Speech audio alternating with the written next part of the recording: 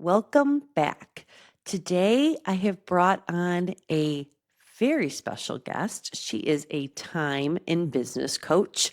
Now, you might be saying, Kristen, this is a podcast that's about nutrition. Why are we talking about time and business? Well, then let me ask you this. How many times have you said, I don't have time for that? I don't have time to eat lunch. I'm so busy.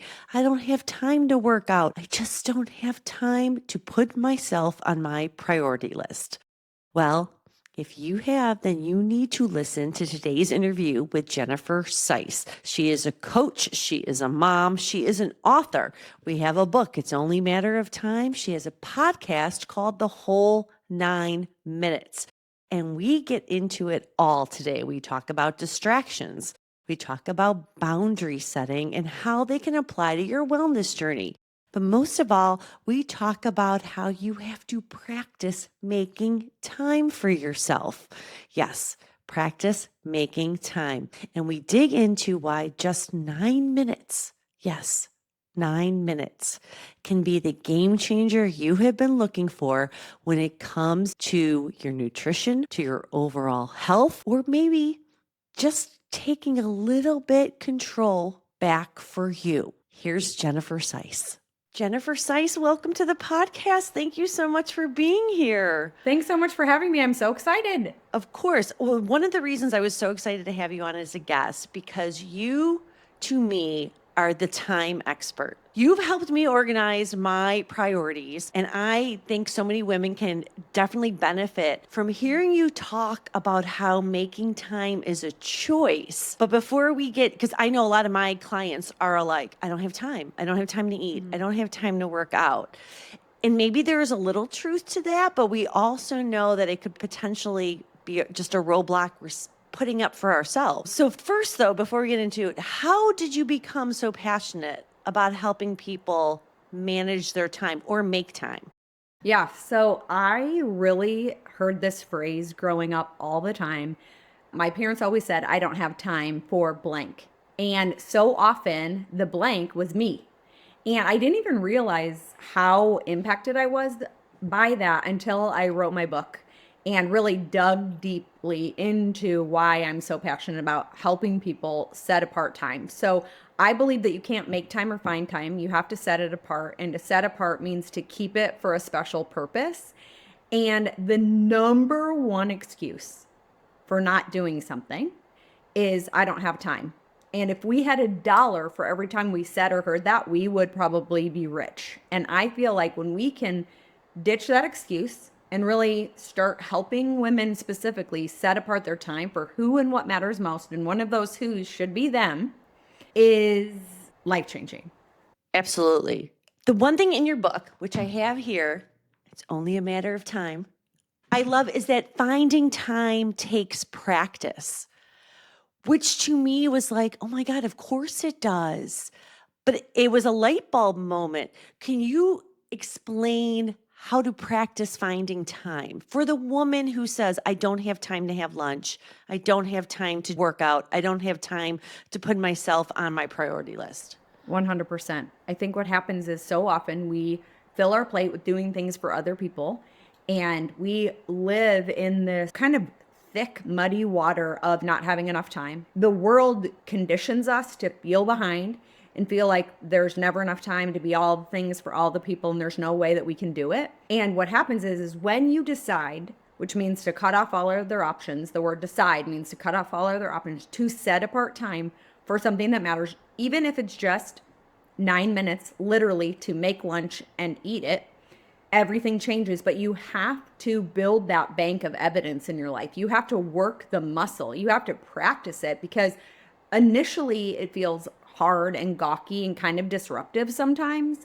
We're like, oh my gosh, I just stopped what I was doing to have lunch, and I could have just moved through the rest of the day and gotten so much more done, and I'm using air quotes, so much more done if I hadn't stopped. When really, if you stop to fuel your body, if you stop to give your body what it needs, if you stop to give it enough of what it needs, which is really important, then you will multiply your time and get so much more done. I love that. And I 100% agree. But I think the more we can say it, the more Yep. we can share that message, the more someone can finally hear it. Because I Yeah. know it takes what? It takes 20 times. You've taught me this for someone like it's a high return rate before it actually sinks in, becomes a truth for us. So I 100%. love that. You already said if you take 9 minutes. Now I know you are a big proponent of 9 minutes and the whole nine. Can you tell me and tell all the listeners why 9 minutes, which doesn't sound like a lot, can be the game changer in their own personal journey to make time?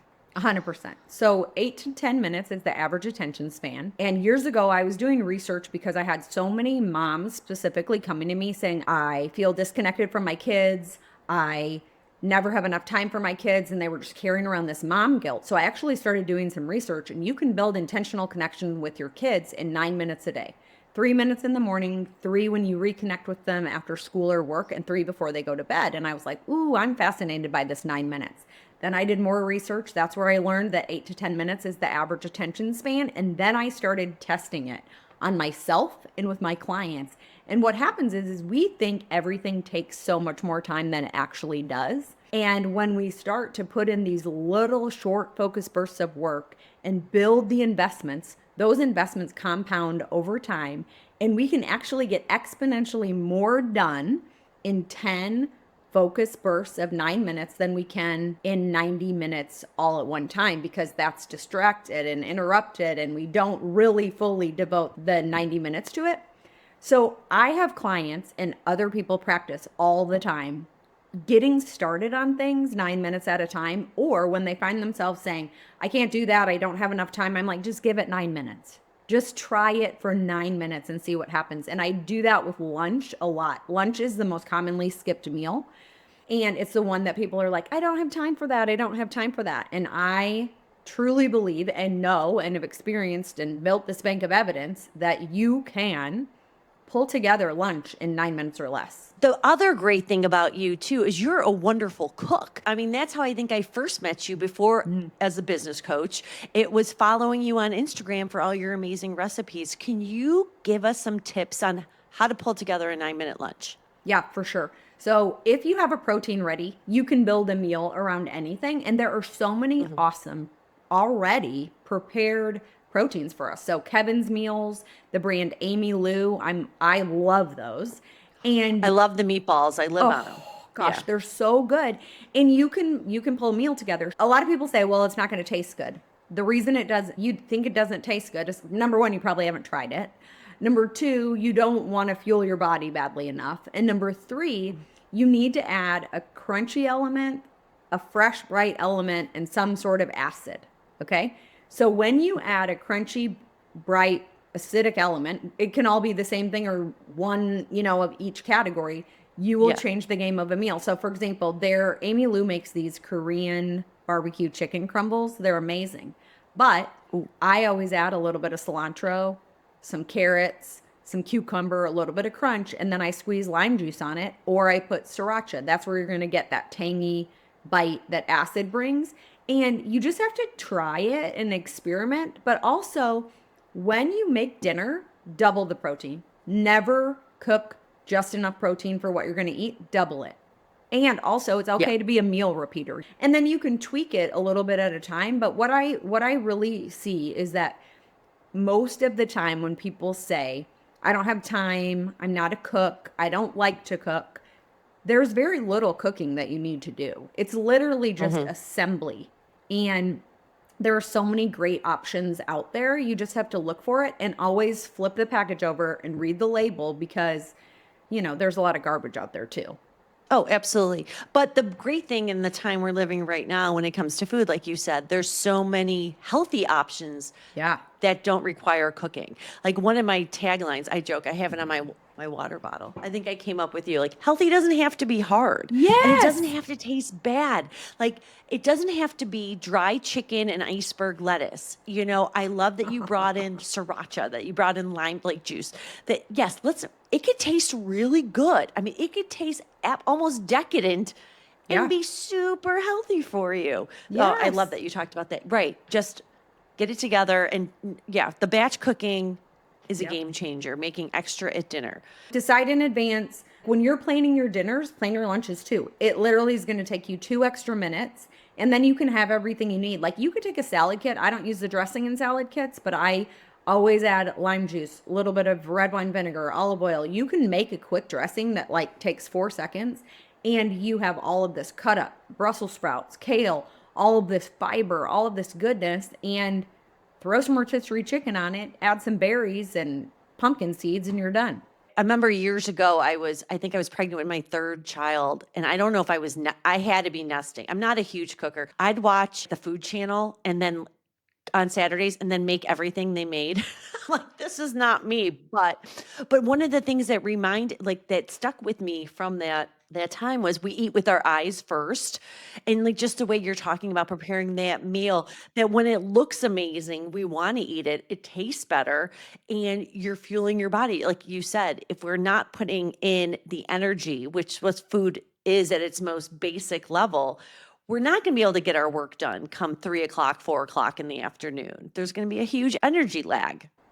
100%. And the thing too is like, if you want to show up and serve, if you want to show up how you want to show up, whether it's for fun, whether it's for your friends, whether it's for your family, whatever it's for your clients, your work, you have got to give your body the fuel. You don't drive in a car that doesn't have any gas in it.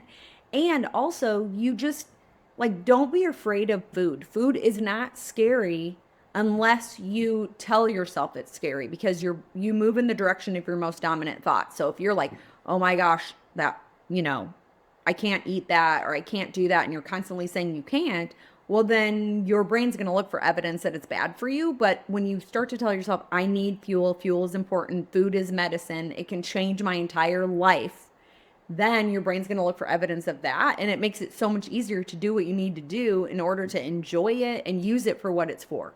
And I think that's why it's so important. Once again, we're having these conversations that aren't necessarily, yes, we're talking about food, but it's more about our mindset and what's going on up here. Because until we make the change, up in our brain and how we think about just even self-care, for me, like I keep saying, nutrition to me is the most basic form of self-care.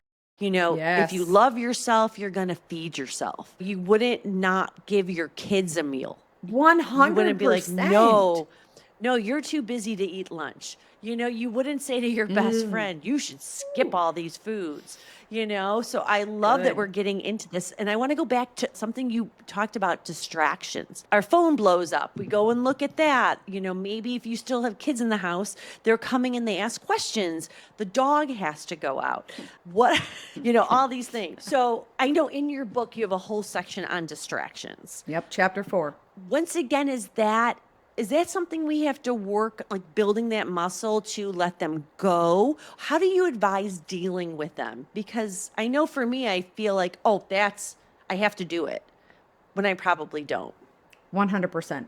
One thing I want to say is hunger is a distraction. Okay. So a lot of times when you feel like, oh, I can't focus, or I'm not getting enough done, or I keep feeling like, oh, there's a bird, and you're like all over the place, you need to ask yourself, have I eaten enough? Because hunger is a huge distraction and nobody addresses it that way. Rarely do people, when they start getting distracted and their focus starts to get really loosey goosey, I call it, rarely do they say, have I eaten enough? Am I lacking protein? Do I need to put some fuel in my body? Am I running on empty? And so that's one thing, just acknowledge it.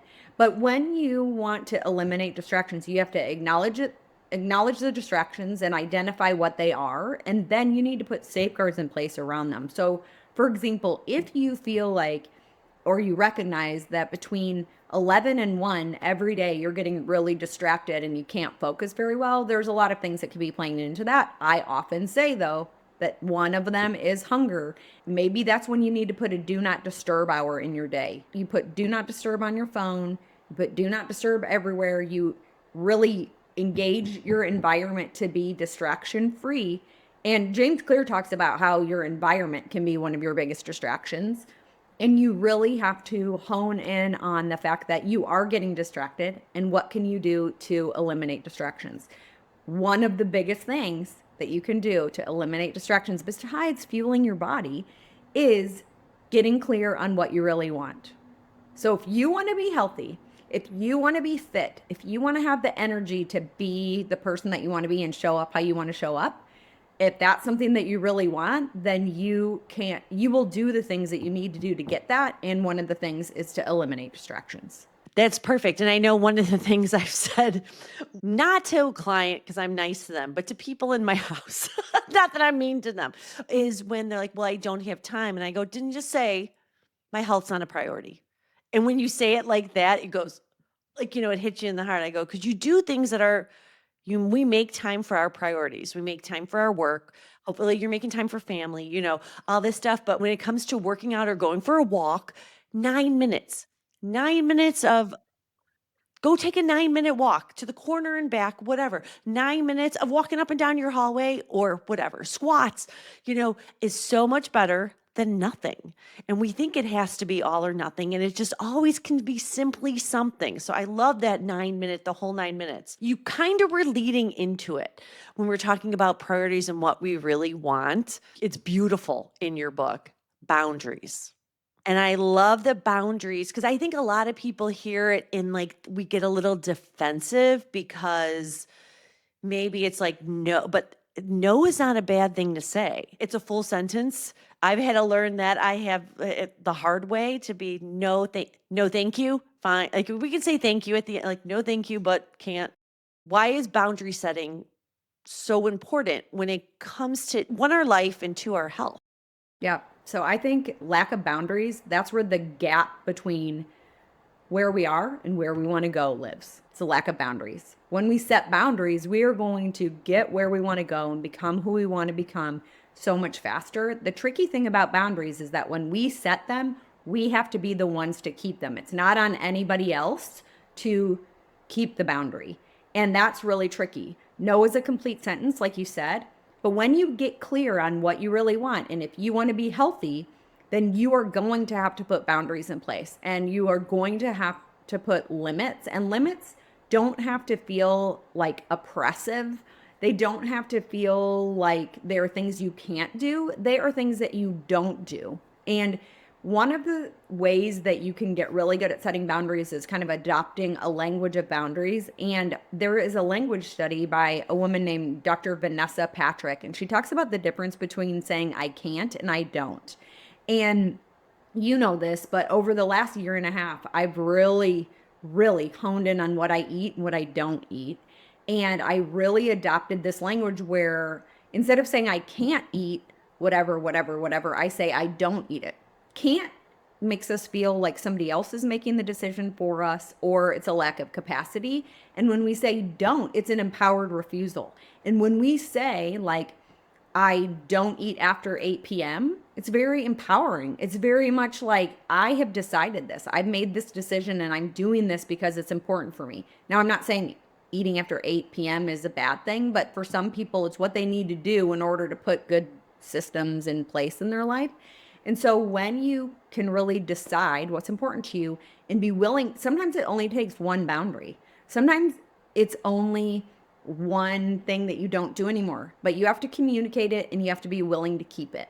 And you have to tell the people around you what your boundaries are. And you don't have to say, this is a boundary I set. You can say, hey, I don't eat dairy anymore, or I don't eat gluten anymore, or I've decided that I don't eat sugar for the foreseeable future because I know that it makes me grumpy, tired, and whatever. You know what I mean? And it's not like this big, like, you don't need permission to set a boundary. You just need to want something bad enough that you're willing to put one in place. And boundaries are helpful for everybody. 100%. And I want to go back to the don't versus can't, because even just as you were speaking to me, when I know I've been like told in different programs I've done, you can't have XYZ foods on these days. That's all I want to eat. One, Yes. I don't, prescribe to that thinking anymore. I would not think about potato chips until someone told me you cannot have carbs on these days. Yeah. And that's all it becomes restrictive and repressive where when you say, well, I don't eat potato chips Monday through Friday, even if that's your boundary, Yes. you're like, okay, it's a freeing, I could feel the difference in my body, even just saying it. Yep. So if you're listening to this, do this exercise at home and see how it feels just intrinsically in you. Yeah, Yeah, like that replace is great. when you feel yourself thinking or saying, I can't, I can't, I can't, try replacing it with I don't. And you will feel like you did in your physical body and in your brain, you will feel a difference. And there's a quote about can't, and it's basically something and not trying.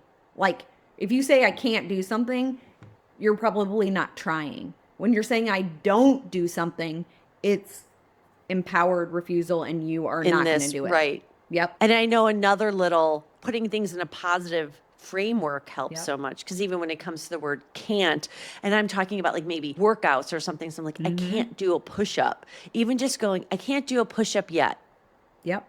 Like if this is 100%. less boundary, but it's like even a different way of just reframing that it's not a shut door in that situation. And Oh, you I can love do that a about push up boundaries. in a different way, you know? 100% right. I can't Yeah. do a full push up on the floor, but I can do 10 against the wall. I Yep. can do some on my knees. I come elevated, right.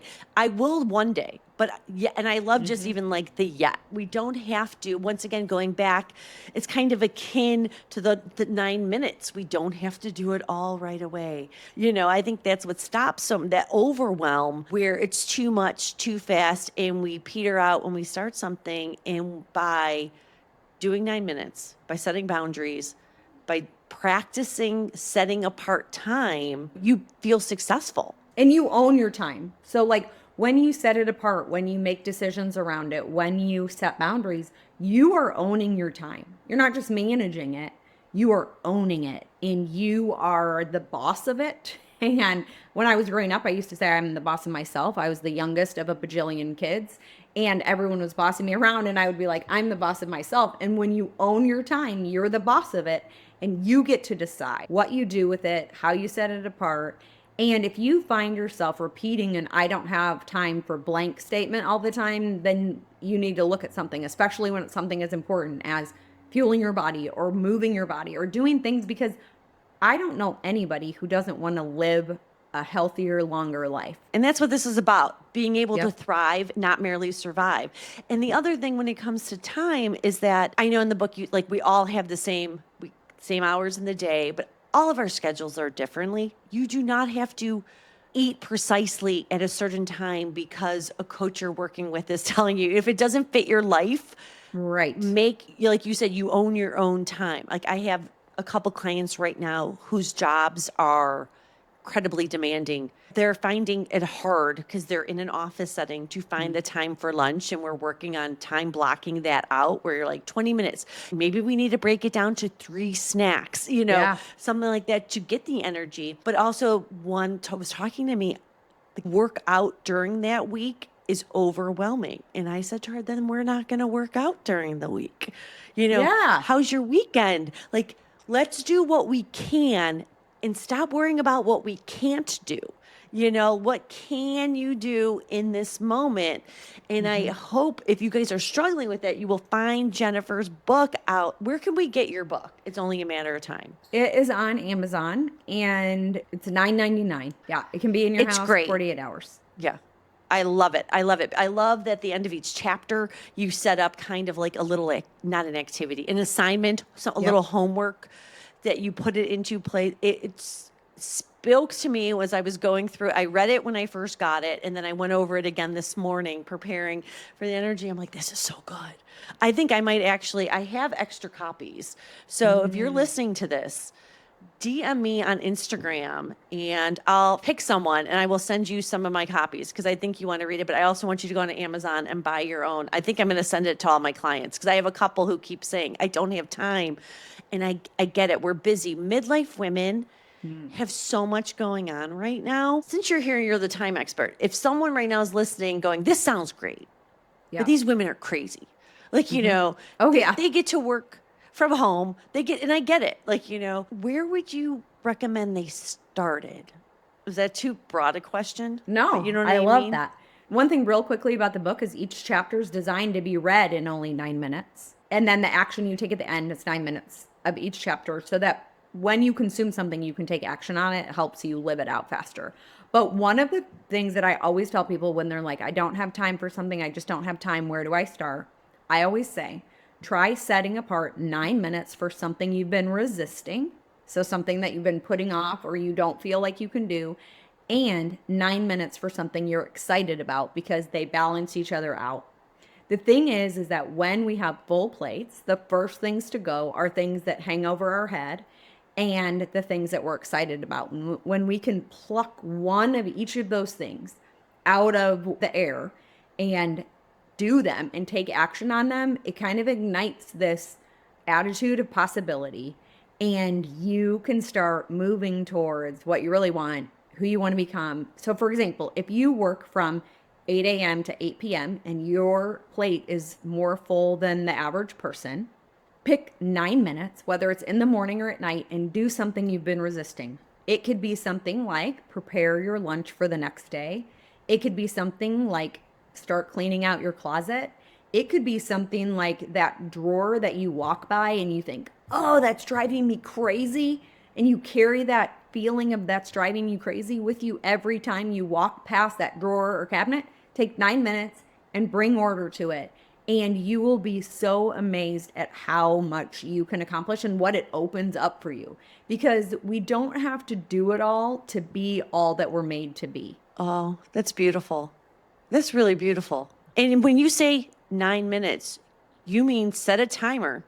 Oh, And yeah. when that timer goes off, 9 minutes, right? Like Yep. not just wing a 9 minute. Oh, no. You know, Set a right. So timer set or that use a time. stopwatch. Sometimes I like to do it with a stopwatch because I like to watch the time, like, ooh, and it feels like the Go. pace feels kind of good to me and Yeah. kind of energizing.